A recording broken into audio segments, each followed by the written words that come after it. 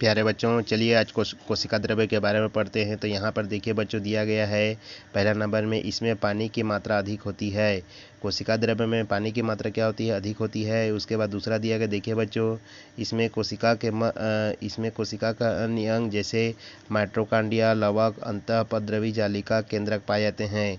इसमें कौन कौन से अंग पाया जाता है? माइटोकॉन्ड्रिया, लवक, अंतःपद्रवी जालिका और केंद्रक पाया जाता है। उसके बाद दूसरा देख लेते हैं माइटोकॉन्ड्रिया के बारे में। तो यहाँ पर पहला नंबर में दिया गया, देखिए बच्चों, श्वसन की क्रिया माइटोकॉन्ड्रिया में होती है। श्वसन की क्रिया किसमें होता है? माइटोकॉन्ड्रिया में। उसके बाद दूसरा दिया गया, देखिए बच्चों, इसका आकार गोलाकार, छड़ाकार, शाखितनुमा होता है। इसका जो आकार जो होगा वो क्या होगा? या गोलाकार होगा, या छड़ाकार, या शाखितनुमा होगा, समझिए। उसके बाद तीसरा दिया गया, देखिए बच्चों, इसे कोशिका का पावर हाउस कहते हैं। इसे क्या कहते हैं? कोशिका का पावर हाउस कहते हैं। और इसी को हम लोग क्या कहते हैं? ऊर्जा गृह भी कहते हैं, समझिए।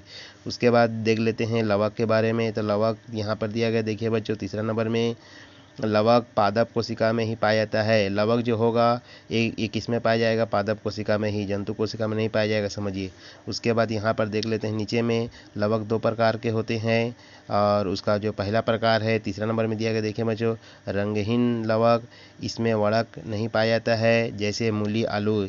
इसमें रंगहीन लवक मतलब इसमें इसका जो रंग जो होगा वो कई प्रकार का नहीं होगा, समझिए। जैसे कि इसमें वड़क नहीं पाया जाता है, मतलब इसमें इसका जो वड़क जो होगा वो कई प्रकार का रंग का नहीं होगा, समझिए। जैसे कि मूली और आलू का जो कलर जो होता है वो सफ़ेद होता है, समझिए। इसलिए इसको क्या बोलते हैं? रंगहीन वड़क या रंगहीन लवक। उसके बाद चौथा नंबर में दिया गया, देखिए बच्चों, रंगहीन लवक। इसमें वड़क पाया जाता है, जैसे कई रंग के होते हैं, जैसे कि फल और फूल हरे, नीले, पीले रंग के होंगे, समझिए। जैसे कि जो पौधे के जो पत्तियां जो होते हैं वो हरे रंग के रहते हैं, क्योंकि उनमें क्लोरोप्लास्ट पाया जाता है, समझिए। उसी तरह से कई प्रकार के जो फल फूल जो होते हैं वो कई प्रकार के रंग के होते हैं, इसीलिए उसको हम लोग क्या कहते हैं? रंगहीन लवक, समझिए। उसके बाद अगला देख लेते हैं। यहाँ पर देखिए बच्चों, चौथा नंबर में दिया गया अंतःपद्रवी जालिका।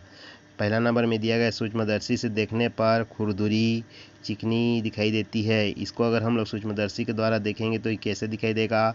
खुरदुरी और चिकनी दिखाई देगा। उसके बाद दूसरा में दिया गया, देखिए बच्चों, इसमें वसा प्रोटीन का निर्माण होता है।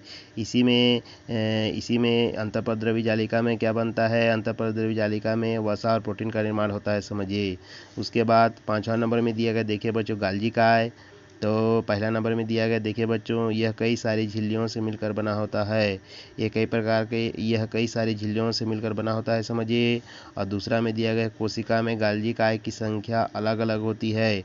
कोशिका में गाल्जी काय की संख्या क्या होगा? अलग अलग होगा, समझिए। उसके बाद तीसरा में नंबर में दिया गया, देखिए बच्चों, इसकी आकृति चपटी होती है।